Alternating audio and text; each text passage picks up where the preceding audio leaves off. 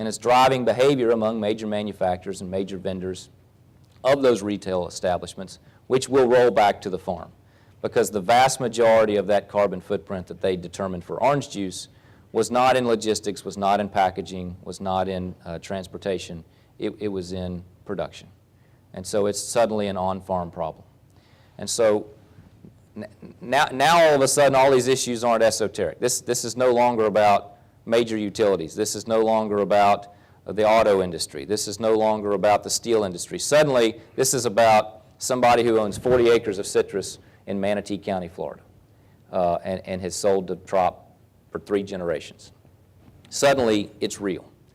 And so the combination of that movement in the marketplace, with or without government action on carbon, the certainty that for Central and North Florida, numeric nutrient criteria will be the reality as of the fall of this year, and for South Florida, the fall of next year, and the certainty that there will be a farm bill that is, I mean, farm bills are as regular as the post office, and they tend to arrive just before a major election. That legislative certainty, where the details are so uncertain, makes this a particularly precarious time for this embryonic industry to continue to tell its story and to play a role in the shaping of that public policy. If there is carbon legislation or energy legislation or cap-and-trade legislation that substantially excludes the opportunities for biomass, the southeastern United States is no longer able to meet any kind of RPS standard and is not a player in what could be the cradle for this new industry. So if they get it right, I mean, commas and semicolons matter in legislation. If they get it right, we're on the cutting edge.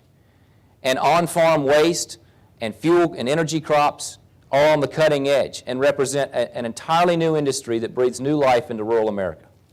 If they get it wrong, we take all the southeastern United States off the table. When it comes to the Farm Bill, if we allow a single commodity that is in competition between food and fuel to dictate the entire renewable energy debate, we're missing out on a huge opportunity.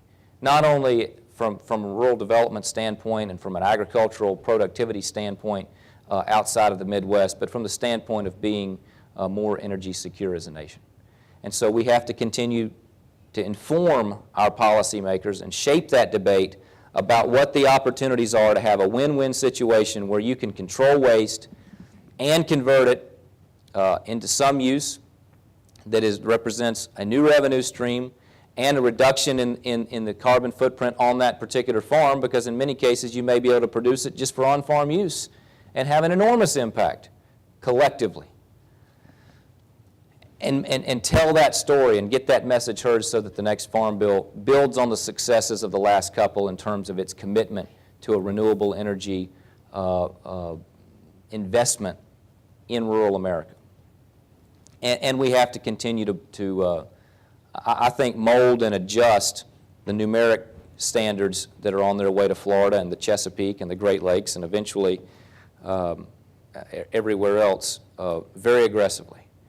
You know, if they stand by if they stick with their standard based on upstream impacts, that a Florida standard impacts Georgia and Alabama, then why would they not establish a standard for Louisiana that picks up 27 states in the country who were at some portion of the Mississippi River floodplain and watershed? It would just be that easy if they really stick by that upstream impact standard. And so that is the most immediate and pressing waste management, nutrient management issue facing Florida. The carbon situation, the energy, the cap and trade is not a pressing issue from a legislative standpoint, in the sense that that debate will be ongoing for some period of time to come, and I don't expect any activity on that for the remainder of this Congress. And the Farm Bill, we're looking at a 15 to 18 month horizon on that. So it's a pre-2012 election type legislation that must reflect the advances that your innovation has made, the developments, the version 3.0 that you're now on. It has to reflect the evolution in this industry that has occurred since the last Farm Bill was adopted, because you're moving way ahead of the statute. You're moving way ahead, more rapidly and more creatively than it can possibly comprehend. And so we need to make sure that it continues to reflect the advances that have been made on the energy crop side and on the waste to fuel side. And that some of those things are very complicated, some of those things are very simple.